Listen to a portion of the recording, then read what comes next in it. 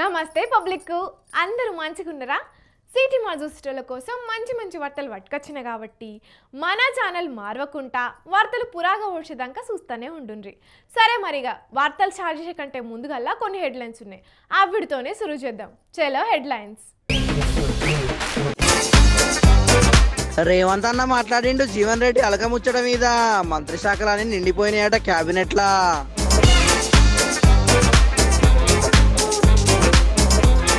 వికారాబాద్లో అయింది car షేయి party లీడర్లను పంచాది. పార్టీలు మారితే శత్రువు లెక్క ఉండుడేందో మరి.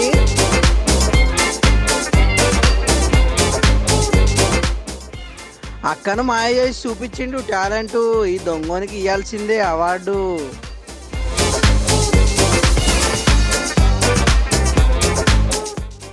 విద్యార్థులతో మోపించిండ్రు బెంచీలు, గిట్లనే ఉంటాయి మరి సర్కార్ బళ్ళల్లో చదువులు.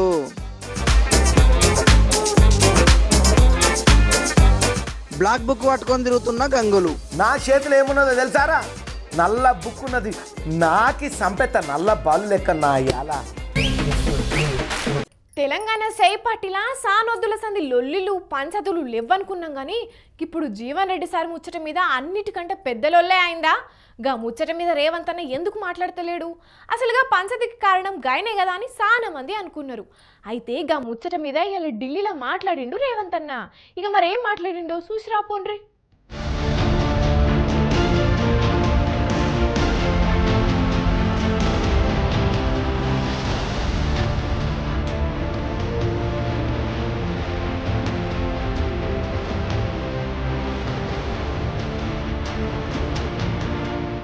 తెగేదాకా గుంజుడు ఎందుకు అనుకున్నాడో ఏందో గాని ఇయ్యాలనైతే జీవన్ రెడ్డి సార్ను పక్కపంటి కూసుండబెట్టుకొని మైకుల ముంగట మాట్లాడిండు రేవంత్ అన్న.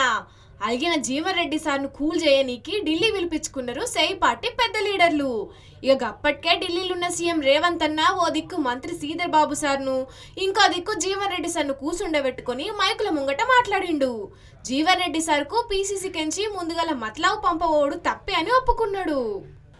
ఈ జరిగిన పరిణామాలు కొంతవారు మనస్తాపానికి గురి అవ్వడం, పీసీసీ తరఫున కూడా తీసుకోవాల్సిన ముందస్తు జాగ్రత్తలు తీసుకోకపోవడం వల్ల కొంత గందరగోళ పరిస్థితి ఏర్పడ్డది. ఈ ముచ్చట మీద ఏదైనా పంచాదైతే మంచిగుండు అని ఎదురు చూసిర్రు కొందరు అని గట్టిగానే గరమైండు రేవంత్ అన్న. కొన్ని గోతికాడి నక్కలు ఏదైనా జరిగితే బాగుండు, లేకపోతే ఒంటె పెదాలకు నక్కలు ఆశపడ్డట్టు పెద్దలు జీవన్ రెడ్డి గారు చర్యల వల్ల కాంగ్రెస్ ప్రభుత్వానికి కాంగ్రెస్ పార్టీకి నష్టం జరగాలి అని ఏవైతే గుంటనక్కలు ఎదురు చూసినాయో వాళ్ళకి పెద్దలు జీవన్ రెడ్డి గారు ఎలాంటి అవకాశం ఇవ్వలేదు. అవతలి పార్టీలకు గా అవకాశం ఇచ్చిందే నువ్వు కదనే. కారు పార్టీ అయినను మన పార్టీలకు తీసుకుంటున్నామని జీవన్ రెడ్డి సరుకు ముందుగా ఓ మాట చెప్తే ఒడిచిపోయేది. నువ్వే చెప్పకుండా చేరిక చేసుకొని ఇప్పుడేమో శంకర్ బింగర్ ఎగరబడితివి అవతలి పార్టీల మీదకి. నోరున్నది కదా అని ఎట్లా పడితే అట్లా తిప్పుతెట్లా అని గరమైతున్నారు గా కొందరు వేరే లీడర్లు. గాని ఇక తెలంగాణ సై పార్టీకి కొత్త పీసీసీ రాబోతున్నారట. కాంగ్రెస్ ప్రెసిడెంట్ మల్లికార్జున్ ఖర్గే గారికి, general secretary organisation K C Venugopal గారికి నా 3 సంవత్సరాల పదవీ కాలం పూర్తి అయ్యే లోపల నూతన పీసీసీ అధ్యక్షుడిని నియమించండి, బాధ్యత నుంచి తప్పించి సమర్థవంతమైన వాళ్లకు సామాజిక న్యాయంతో పాటు కొత్త పీసీసీ అధ్యక్షుడిని నియమించండి అని చెప్పి నేను ఆల్రెడీ అధిష్టానానికి విజ్ఞప్తి చేసిన. అధిష్టానం నిర్ణయం తీసుకోవాల్సింది, తప్పకుండా అధిష్టానం నిర్ణయం తీసుకుంటుందని నేను భావిస్తున్నాను. ఇక మరిగా పీసీసీ పేపే పదవి కోసం మస్తు మందే పోటీ పడుతున్నారు. మళ్ళాగా పదవి మీద ఎన్ని పంచాయతీలు అవుతాయో ఏం పాడో సై పార్టీలా. గాని దుకాణాల ముంగట నో స్టాక్ బోర్డులు పెట్టినట్టు తెలంగాణ కేబినెట్ లో కూడా ఏ మంత్రుల శాఖల ఖాళీ లేదట, అన్ని శాఖలకు మంత్రులు ఉన్నారట. ఏ శాఖ ఖాళీ లేదు, అన్ని శాఖలకు మంత్రులు ఉన్నారు. అంటే ఇక మంత్రివర్గ విస్తరణ లేనట్టేనా? మరి గిట్లయితే మంత్రి పదవుల మీద ఆశ పెట్టుకున్న తతిమ సై పార్టీ లీడర్ల సంగతేంది? పార్టీల మళ్ళొక పంచది శురువైనట్టే అయితే. అయినా రేవంత్ అన్న ఏం చేస్తాడు? అంతా అధిష్టానం చేతుల్నే ఉండే. గాలు ఏది చెప్తే ఇక్కడ ముఖ్యమంత్రి వర్గంలో అదే చేస్తారు.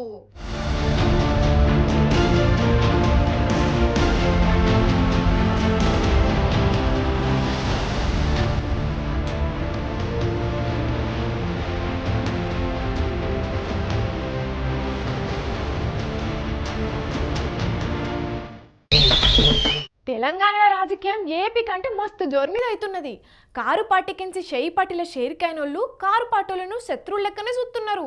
వాళ్ళు అంటే సాల్ ఏ అని ఎగబడుతున్నారు. వికారాబాద్లోనైతే స్పీకర్ ముంగట్నే ఎట్లా పంచాదైందో చూడుండ్రి.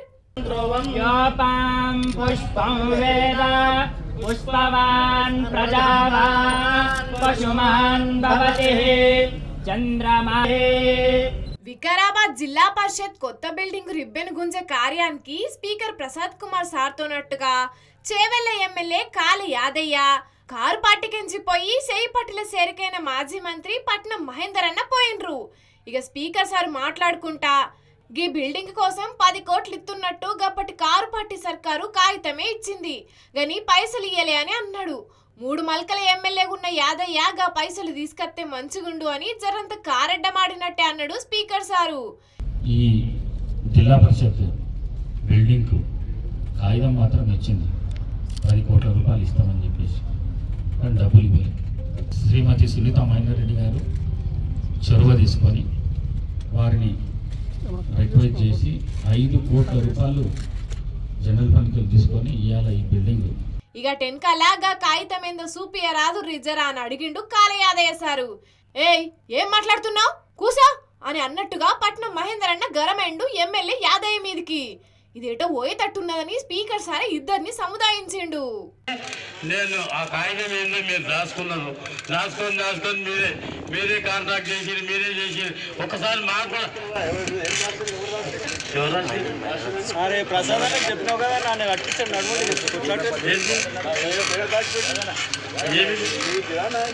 నా ఇంటికి అని చెప్పిందా? మరి కాగితం ఇది కాగితం అని గురించి మాట్లాడడానికి మీరు ఎందుకంటే మాట్లాడతారు? ఏం మాట్లాడుతున్నా ఉన్నది మాట్లాడుతున్నా ఉన్నదని మాట్లాడుతున్నా ఎందుకు మాట్లాడుతున్నా? నా పేరు తీసుకున్నాను మాట్లాడుతున్నా, నా పేరు తీసుకోకపోతే మాట్లాడకండి. ఏం మాట్లాడతామండి? మాట్లాడడానికి వెళ్ళారా? పర్మిషన్ తీసుకొని మాట్లాడినా, పర్మిషన్ తీసుకొని మాట్లాడినా. షేయి పార్టీని ఒక్క మాట కూడా అననిత్తలేడు కదా పట్నం మహేందర్ అన్న. రేవంత్ అన్న సిట్టింగ్ జాగైన మల్కాజ్గిరి ఎంపీ సీటును మహేందర్ అన్నోళ్ళ ఇంటామే పట్నం సునీతక్కకు ఇచ్చిండని గిట్ల పార్టీని గింతగానం ప్రేమిస్తున్నాడు కావచ్చు. గని ఎమ్మెల్యే అని కూడా చూడకుండా కాళీ యాదయ్య సార్ను గంతగానం మాటలనుడే మంచగలేదంటున్నారు కారు పార్టీ కార్యకర్తలు.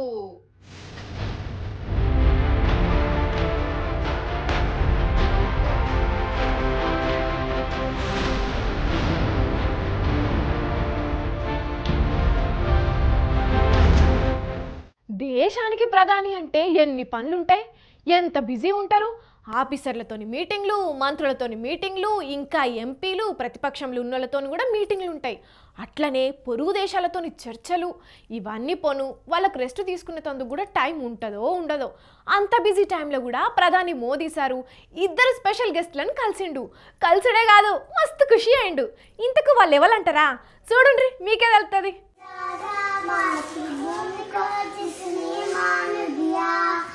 खुद का जीवन भी जिसने भारत के नाम दिया, वतन की खातिर दीपक बनकर खुद को जला दिया.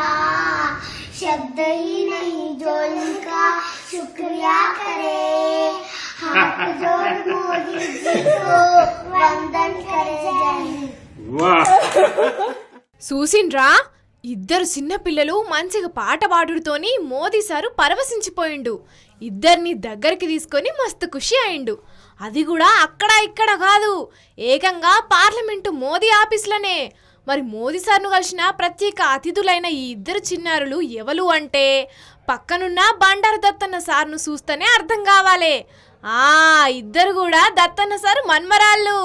మరి ఈ పిల్లలిద్దరూ మంచిగా పాటలు పాడుతారు, మంచిగా క్రమశిక్షణతోని ఉంటారని మోదీ సార్కే తెలిసి పిలిపించుకున్నాడో లేదంటే దత్తన్న సారే కల్పించిండో తెలియదు. కానీ మొత్తానికి ఇట్లా మోదీ సార్ దగ్గరికి తీసుకుపోతే పిల్లలు కూడా మంచిగా పాటలు పాడిండ్రు.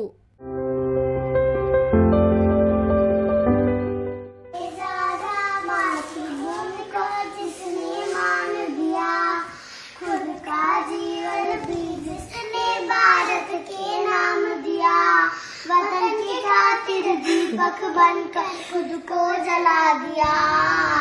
शब्द ही नहीं जो इनका शुक्रिया करे, हाथ जोड़ मोदी जी को वंदन करे, जय हिंद। ఇప్పుడే కాదు ఇంతకు ముందు కూడా ఈ పిల్లలిద్దరూ మంచిగా పాటలు పాడిండ్రు. मान दिया खुद का जीवन भी जिसने भारत के नाम दिया, वतन के खातिर दीपक बनकर खुद को जला दिया, शब्द ही नहीं जो इनका शुक्रिया करे, हाथ जोड़ मोदी जी को वंदन करे। మరి ఈ పాటలినే మోదీ సారు అపార్ట్మెంట్ ఇచ్చి ఉంటాడు కావచ్చు. మొత్తానికి మోదీ సారు మనసును దోసుకున్నారు పో వీళ్ళిద్దరు పిల్లగాన్లు.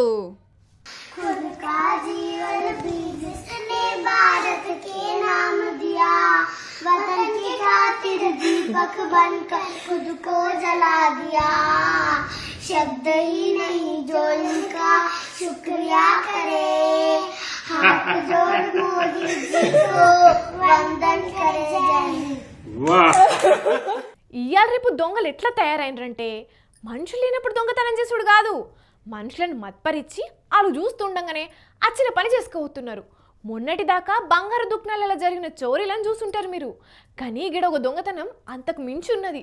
చూసినాక మీరు కూడా అంటారు ఎవడ్రా నువ్వు ఇంత టాలెంటెడ్గా ఉన్నావని. ఇంతకు ఏం చేసిండో మీరే చూడుండ్రి.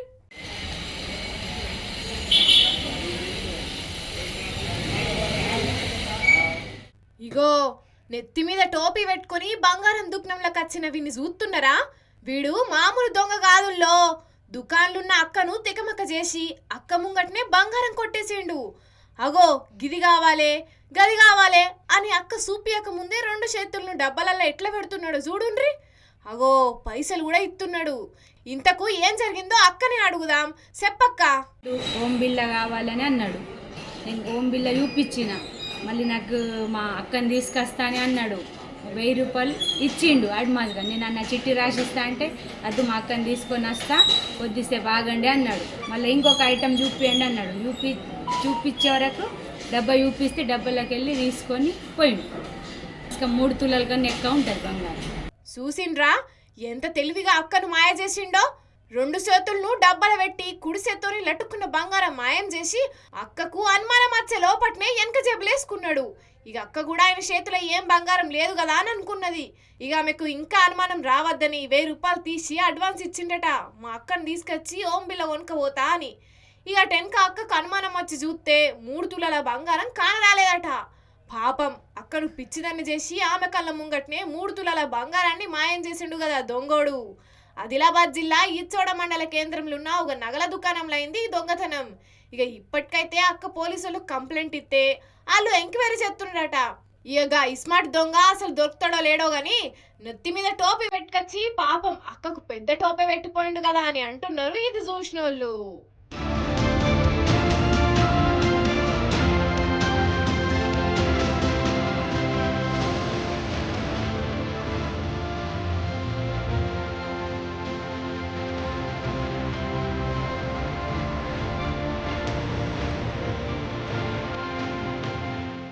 సర్కారీ స్కూళ్ళల్లో సర్కారీ కాలేజీలలో పరిస్థితులు ఎట్లుంటాయో అందరికీ తెలిసిందినాయి. సవలతులు చక్కగా ఉంటే సార్లు చక్కగా ఉండరు, సార్లు చక్కగా ఉంటే సవలతులు చక్కగా ఉండే. అందుకే చాలా మంది లక్షల ఫీజులు కట్టి మరీ ప్రైవేట్లలోకి తోలుతారు. ఇగో కొన్ని సర్కారు బడులల్లో కాలేజీలను అయితే ఇంకా ఘోరం. విద్యార్థులతోని అన్ని పనులు చేపిస్తున్నారు సార్లు. ఇగో కావాలంటే చూడుండ్రి.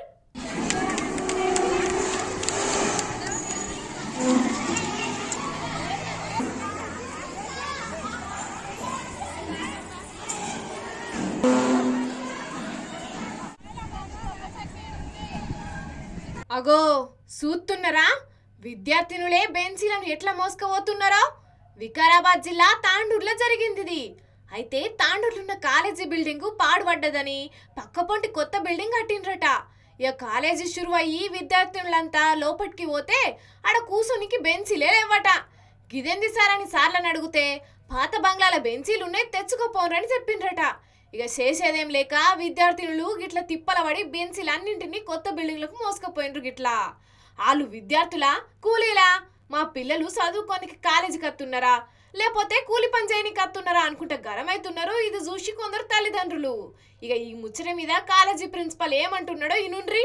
కాలేజీకి రాలేదు, జీరో బ్యాలెన్స్ ఉంది కాబట్టి మనకు లేవని పెట్టే మాకు పర్మిషన్ కూడా లేదు. ఆ స్టూడెంట్స్ పెట్టే పర్మిషన్ ఉందా మీకు? స్టూడెంట్స్ కాదు సార్, ఎవరు వాళ్ళు తీసుకోమన్నాము, దానికి వేరే ఉద్దేశం ఏమి లేదు.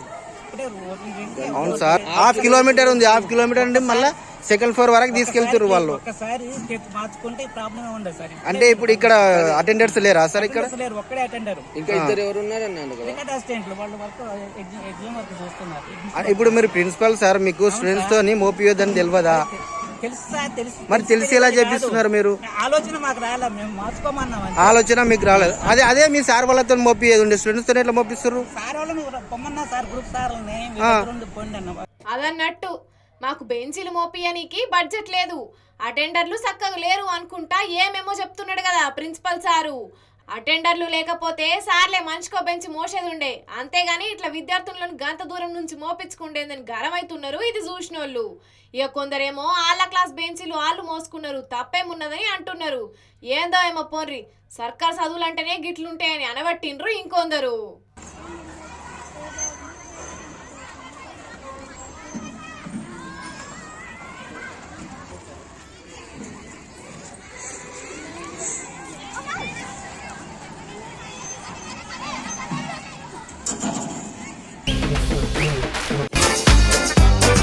రేవంత్ అన్న మాట్లాడిండు జీవన్ రెడ్డి అలక ముచ్చడం మీద, మంత్రి శాఖలన్నీ నిండిపోయినాయట క్యాబినెట్లా.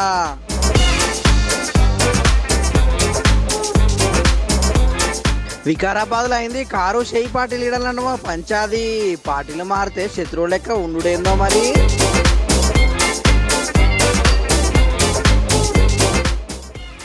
అక్కను మాయ చేసి చూపించిండు టాలెంట్, ఈ దొంగనికి ఇవ్వాల్సిందే అవార్డు.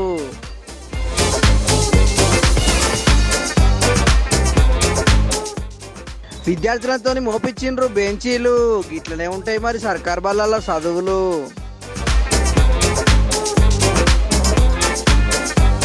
బ్లాక్ బుక్ పట్టుకొని తిరుగుతున్న గంగులు. నా చేతిలో ఏమున్నదో తెలుసారా? నల్ల బుక్ ఉన్నది, నాకి సంపెత్త నల్ల బాలు లెక్క నా ఎలా. ఇగో ఇవల్ల ఇయాల్టి సిటీ మార్ వార్తలు మేము చెప్పిన అన్ని జబర్దస్త్గా ఉన్నాయిలే. ఇంకెన్ని మంచి మంచి ముచ్చట్లతో మళ్ళా కలుద్దాం. అప్పటిదాకా చూస్తూనే ఉంటుండ్రి మన స్వతంత్ర టీవీ. ఉంటాం మళ్ళా.